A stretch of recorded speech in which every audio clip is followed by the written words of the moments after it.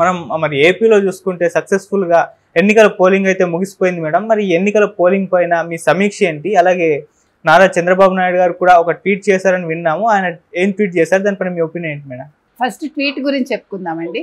ఆయన అన్నది ఏంటంటే, ఇవాళ ఒక చారిత్రక దినం ఆంధ్రప్రదేశ్లో. ప్రజలు వాళ్ళ అంటే ఈ డిటర్మినేషన్ తోటి వాళ్ళు వచ్చి ఈ విధంగా ఓటింగ్ సరళి పెరగటానికి వాళ్ళు దోహదపడ్డారు. వాళ్ళు అంతంత పెద్ద పెద్ద క్యూ లైన్లో నిల్చుని వాళ్ళు ఓటు వేసి తెలుగుదేశం కూటమికి మద్దతు తెలిపారు. ప్లస్ వాళ్ళకి సరైన లైటింగ్, అంటే ఇప్పుడు చీకటి పడుతోంది కాబట్టి వాళ్ళు ఇంకా క్యూ లైన్లో ఉన్నారు.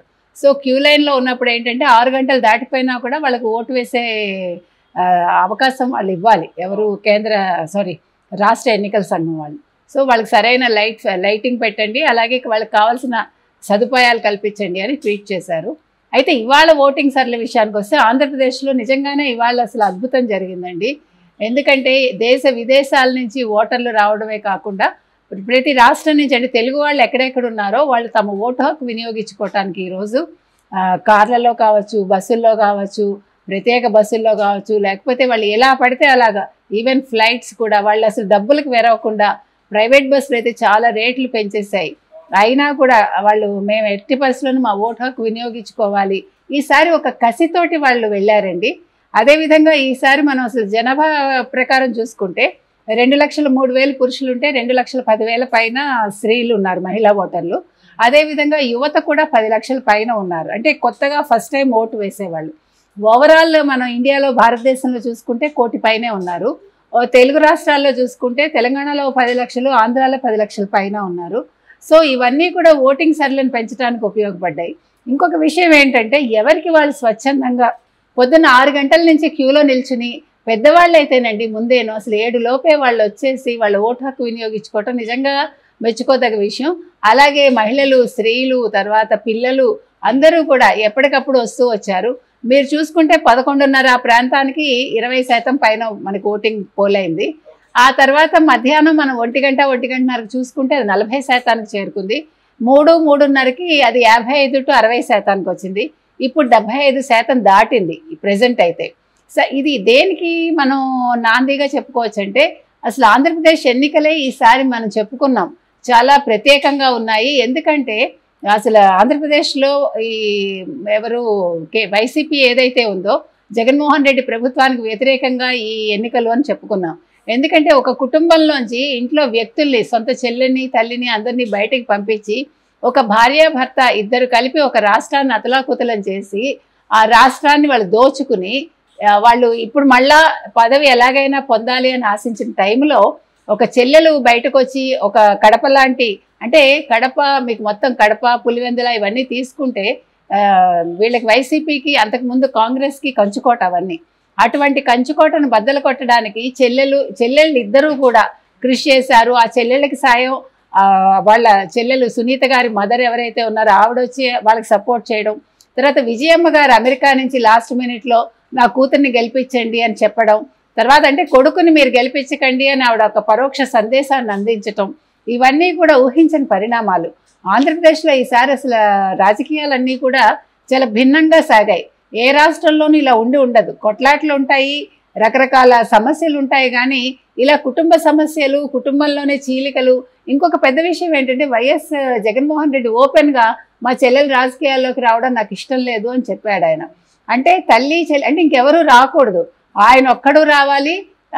భారతీరెడ్డి చెప్పడం అయితే ఫ్యామిలీలో ఒక్కళ్ళే రాజకీయాల్లో ఉండాలి అని క్లియర్గా చెప్పింది ఆవిడ.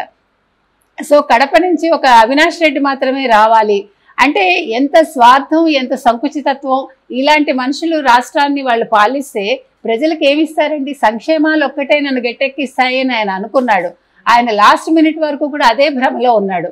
ఆ భ్రమలని ఇవాళ ప్రజలు పటాపంచలు చేశారని మనం చెప్పుకోవచ్చు. మీరు తెలంగాణలో తీసుకుంటే ఈయన కూడా పథకాలు ఇచ్చాడు, ఎవరు? కేసీఆర్ గారు కూడా, కానీ అవి గెలిపించలేదు ఆయన్ని. అంటే ఉచితాలు అనేవి కొంతవరకే అవసరం అవుతాయండి. నిజంగా మీరు ఇవ్వదలుచుకుంటే విద్య, వైద్యం ఇలాంటివి ఇవ్వాలి తప్ప వాళ్ళని సోమరులుగా చేయకూడదు. అవి చేశాడు ఆయన. ఆయన ఎక్కడ అభివృద్ధి చేయలేదు. అభివృద్ధి అంటే చెన్నై పోర్ట్ అంటాడు, లేకపోతే ముంబై పోర్ట్ అంటాడు, లేకపోతే చేయూత ద్వారా అంటే చేపలు పట్టడం 4 ఏళ్ళుగా 5 ఏళ్ళుగా నేర్పించాట చేయి పట్టుకుని. సో అలా చేయి పట్టుకుని నడిపించి చేపలు పట్టడం నేర్పించడమే చేయూత అంటాడు. అంటే ఈయన ఎంత అజ్ఞానమైన దశలో ఉన్నాడు. ఒక ముఖ్యమంత్రి స్థాయి వ్యక్తి మాట్లాడే మాటలు మనకి అసలు ఆయన ఇచ్చిన ఇంటర్వ్యూలో ఇచ్చిన ఒకే ఒక ఇంటర్వ్యూలో ఆయన మీద వచ్చిన ట్రోల్స్ కానీ ఆయన తెచ్చుకున్న ఒక అపవాదు కానీ ఎవరూ తెచ్చుకుని ఉండరు, ఏ ముఖ్యమంత్రి కూడా. సో ఒక ఐటీ డెవలప్మెంట్ లేదు, ఒక అభివృద్ధి లేదు, ఒక పరిశ్రమ లేదు, ఉన్న పరిశ్రమలు తరలించేశాడు. ఇవన్నీ కూడా ఓటర్ల మీద ఈరోజు ప్రభావం చూపించాయండి. ప్రజలు భయపడ్డారు. నెక్స్ట్ ఈయన వస్తే మనకి ఇంకొకటి ల్యాండ్ టైటిలింగ్ యాక్ట్ అనేది ఇంకా చాలా పెద్ద ఇంపాక్ట్ చూపించింది. అది ఆయన ఊహించలేదు. మరి ఎవరు సలహా ఇచ్చారో మనకు తెలీదు. ప్రజల అదృష్టం కొద్దీ ఒక వారం ముందు దాని గురించి తెలవటం, అది ఆయన మీద నెగిటివ్ ఇంపాక్ట్ చూపించింది. ఇంకొక విషయం ఏంటంటే, ఈయన ఒకప్పుడు పెట్టుకున్న ప్రశాంత్ కిషోర్ లాంటి వాళ్ళే నిన్న ఒక ఇంటర్వ్యూలో చెప్పారు ఆయన. సో నేను ముందే చెప్పాను ఈయన గెలవడు అని, 51 సీట్లు రావటమే కష్టం అని చెప్పాను. మీకు ఈ పథకాలు ఒకటి మిమ్మల్ని గట్టెక్కించమని చెప్తే ఆయన నమ్మలేదు. నేను ప్రజలకి డబ్బులు వేస్తున్నాను, అదే నన్ను గెలిపిస్తుంది అన్నాడు. ఈ రోజు చూసుకుంటే నాకు 155 సీట్లు వస్తాయని ఆ రోజు చెప్పాడు. కానీ ఇవేవి గెలిపించవండి. అసలు నేను వాలంటీర్స్ వ్యవస్థ నేను పెట్టలేదు, ఈ పథకాలు నేను చెప్పలేదు, ఆయన డెఫినెట్గా ఓడిపోతాడు అంటే ఈయన డబ్బులు తీసుకుని మాట్లాడుతున్నాడు అని చాలామంది అన్నారు. అయితే విజయమ్మ గారు మాట్లాడారు కదా, మరి కొడుక్కి వ్యతిరేకంగా కూతుర్ని సపోర్ట్ చేస్తూ విజయమ్మ గారు డబ్బు తీసుకున్నారా అని ప్రశ్నించాడు ఆయన. సో ఓవరాల్గా మీరు చూసుకుంటే ఈరోజు ఆంధ్రప్రదేశ్ అనేది అసలు ఎన్నికలు ఎంత ఉత్సుకతతో, లేకపోతే ఒక చాలా అందరూ కూడా ఆంధ్రప్రదేశ్ మీద ఇవాళ దృష్టి పెట్టారండి. మొత్తం మనకి రాష్ట్రంలో ఇన్ని ఎన్నికలు జరిగాయి కానీ ఎప్పుడు కూడా ఇటువంటి వాతావరణం మనం చూడలేదు.